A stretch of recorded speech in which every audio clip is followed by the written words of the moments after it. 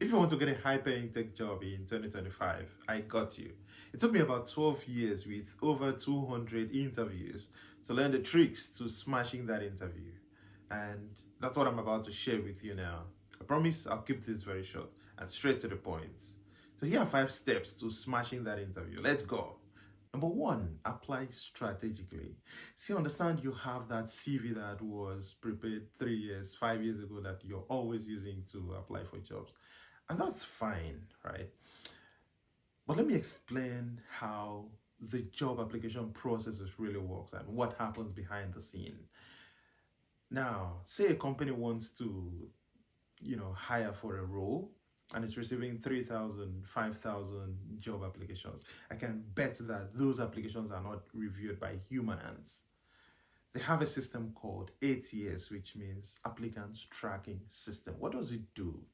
So the ATS takes your CV and tries to match it with the job description to see if you have the skills that were mentioned on the job description. So if it checks and the things mentioned there, you don't have it, then you automatically, filter that out, and that's how you just suddenly receive an unfortunately email. And how do you beat the system? So really it's to take your time to go through the job description, right? Read through the job description. What do they want? What skills are they looking for? Do I have these skills mentioned anywhere in my CV or my cover letter? If you don't have it, then you probably want to make changes. And see, I'm not asking you to lie. I'm not saying you should write things um, that you don't know. Like, I'm not saying you should include skills there and say, oh, I did this one when you didn't do it. But there could be times when maybe you've forgotten to add it or something, and then because it's mentioned on the job description, and then reminds you, oh, I think you did this now, so why not add it? That's when you can add it, or you are confident that you can do it, or maybe you see it and you feel like, oh, this is something I can quickly take a course on to learn how to do it, and then you can add it to your CV. But that's the key to at least progressing from the first stage. So if you want to apply for jobs, go ahead and take your time first to read through the job description. It's very important. What exactly do they want? What exactly are they looking for? What skills do they use in the company? How do I make it clear in my CV or my cover letter as well that I've done this thing before? That's what will make you progress from the first stage. And to be honest, this is something I also did, not just for one application, but for like all the applications that I have to put in. So you have to like take time to read through the description, and then take time to also edit your CV to match it. So again, it's not like something that you keep one CV and keep applying back. Now you need to take time to tweak your CV and make sure it matches the job description. Number two, organize your interviews. Well, hopefully you cross the first stage and you've now been contacted. Oh, we are happy to progress to the next stage and we want to schedule you for an interview. At this point, usually they ask you, they'll send a list of some available slots on their end, and they'll ask you to pick the time that works for you. This is very important, in terms of you are organizing your interviews. It's very important for you to choose the time that works for you. So you want to look at your calendar. If you have some other applications, some other interviews that you've been scheduled for, don't pick one that clashes with your existing schedule. So you want to pick one that is available, and you're also free. If you look at it and there's none, the available slot doesn't work for you, you can easily reach out to them. Oh, can you adjust it? Can we reschedule? Can we do this? Can we do that? I think you're usually free to do that. The other thing to also notice that sometimes those companies do have, how much time they want to spend on the whole process. So you don't want to keep it too long. But yeah, try and organize your interview. It's really important. And you also don't want to do it when you are stressed or you won't be available. Let it give you enough time, to be settled. And Also ensure that you keep an eye on your email and your calendar. Normally you don't want to have an interview scheduled and you just keep working, forgetting that you have the interview, and then like 20 minutes to the interview time you get a reminder, oh, you have an interview, and that's when you want to start running. No, you need to, that's why it's important for you to organize the interview well. Be checking your email and your calendar. Be sure that you are not taken unawares. But three, research the company.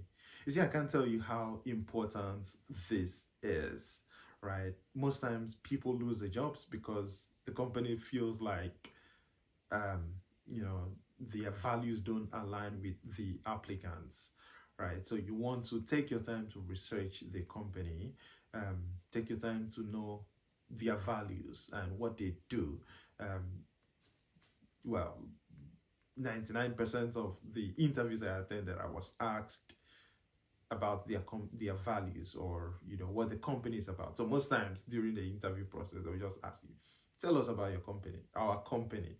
For sure, they know you don't know about the company, but they expect that for you to want to come to this interview, that you may have the expectation that you should have, not just you may have, you should have taken the time to read about them, to know them, to know about their CEO, what they've been up to, what are they doing, are they in the news, what projects are they working on. So they expect you to know these things, and what are their values, right? So try and read about them, check their website, any news possible. If they have a LinkedIn page or Twitter, go ahead and check, read about them, know as much things as possible.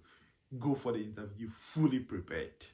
Number four, smash the technical interview. So usually, if you're going for like a software engineering role, you'll be asked to take the technical test with like a senior person in the company. It could be like the tech lead, and usually it could be like a form of a pair programming where you're on your end. If it's a remote call, so you're on your end, the person is on the other end, and they can send a link to one software that will allow you to do pair programming, and you'll be working directly on the person's laptop, and the person will just sit there watching you, seeing the stuff that you're doing.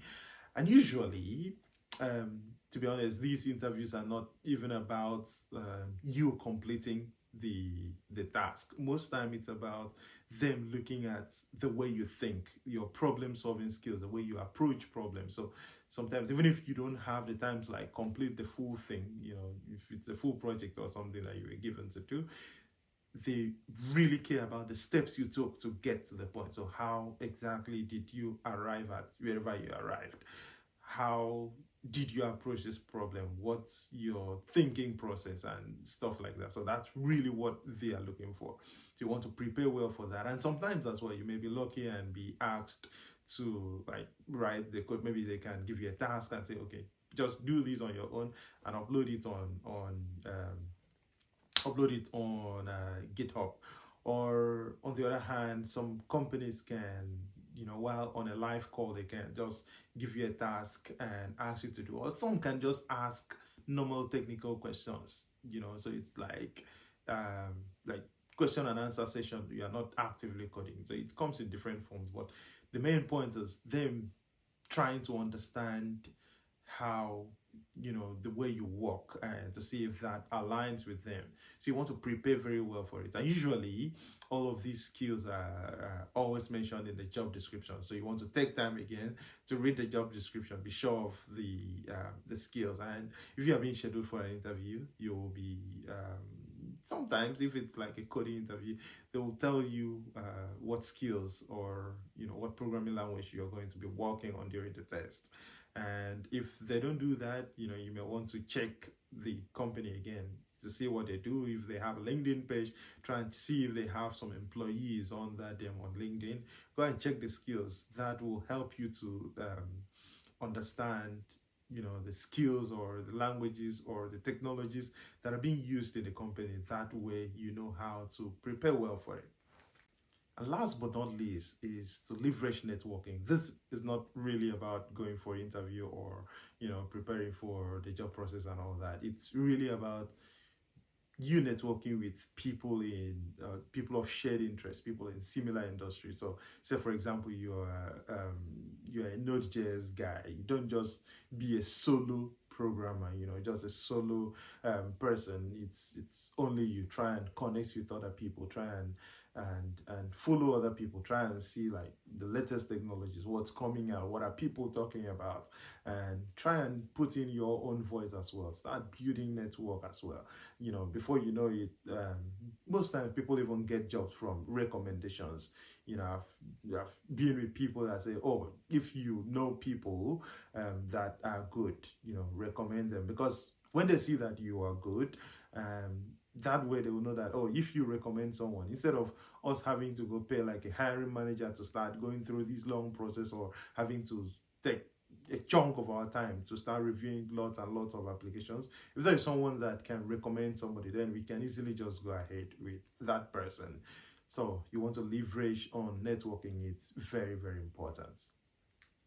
So that's it. I really wish you the best of luck in your job search. I hope you get it. And if there's anything disturbing you, feel free to leave a comment. Feel free to ask me to explain anything.